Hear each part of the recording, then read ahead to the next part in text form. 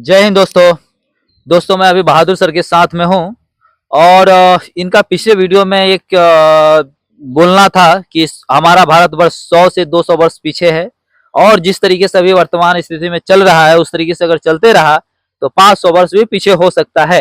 तो वही सवाल के लेकर आज मैं इनके पास आया हूं। सबसे पहले बहादुर सर, आपको आजाद भारत न्यूज में स्वागत है। बहुत बहुत धन्यवाद सर। तो सर बताइए हमारे व्यूअर को, हमारे देशवासियों को कि हमारा भारतवर्ष 100 से 200 वर्ष पीछे कैसे है और 500 वर्ष पीछे कैसे हो सकता है, दोनों को बताइए। देखिए, सबसे पहले तो मैं ट्रेवलिंग सिस्टम बताऊंगा। यहाँ भारत के जो यातायात की जो सुविधा है उस पर बात करेंगे। सबसे पहले जो हमारे भारत में ट्रेन जितने भी है, लगभग ट्रेन की मैं बात कर रहा हूँ, जो हमारे देश में 2 घंटे 4 घंटे तो कंटिन्यू रहता है, लेकिन 24 घंटे ट्रेन लेट चलते हैं।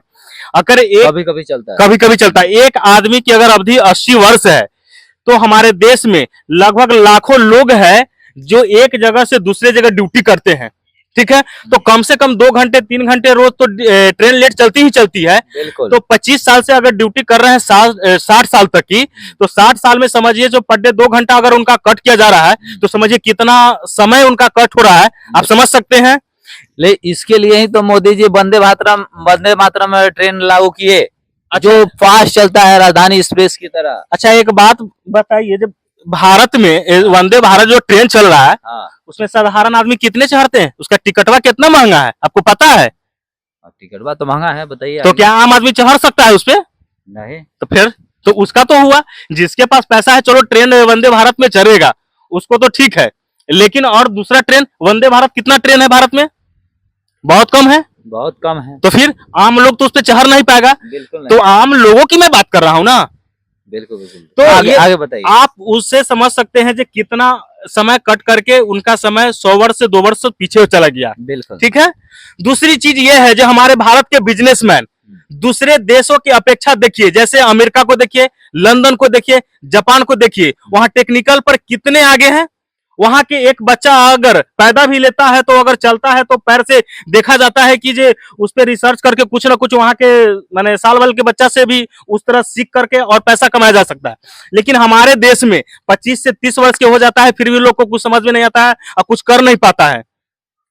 तो ये हमारे देश के समझ सकते हैं, जो उस देश की अपेक्षा हमारा देश कहां तक जा रहा है। वहां 5 साल के बच्चा लाखों कमा रहा है। जिम्मेदार कौन है हमारे देश? ये जिम्मेदार हमारे देश के प्रधानमंत्री जो सरकार है वही है, क्योंकि उनको रिसर्च सेंटर पर काम करना चाहिए, टेक्निकल पर काम करना चाहिए। और हमारे देश के दूसरा चीज देखेंगे तो हमारे देश के जितने बिजनेसमैन हैं वो अदर विदेश से, जैसे जापान से, वहां से टेक्निकल को खरीद के लाए, अपने यहाँ पे अप्लाई किए और यहाँ से लोगों से पैसा कमाते हैं। यहाँ के रिसर्च सेंटर पर काम नहीं करते।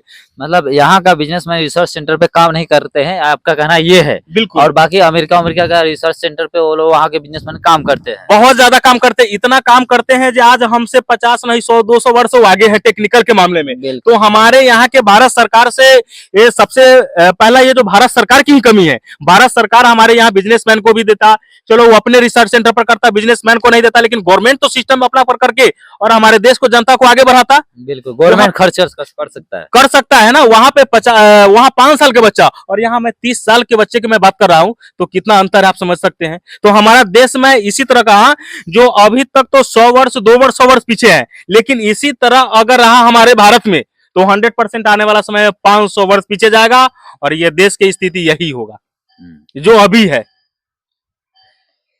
तो ये है ये तो बात आपकी राइट है कि टेक्नोलॉजी दिन प्रतिदिन डेवलप करते जा रहा है और वो लोग रिसर्च सेंटर पे काफी काम कर रहे हैं। तो वो लोग तो आगे बढ़ते चले जाएंगे, लेकिन हम टेक्नोलॉजी पे काम नहीं करेंगे, हमारे बिजनेसमैन काम नहीं करेंगे और ये दाल चावल आटा बेचते रहेंगे हमारे बिजनेसमैन, तो फिर हालत यही होने वाला है कि 500 वर्ष पीछे हो जाएगा। इनका बहादुर सर का कहना था ये। तो आप सभी लोगों को क्या कहना है इस वीडियो पे, बहादुर सर के विचार पे? आप सभी लोग कमेंट करना ना भूले। जय हिंद सभी लोगों को। जय हिंद। जय हिंद।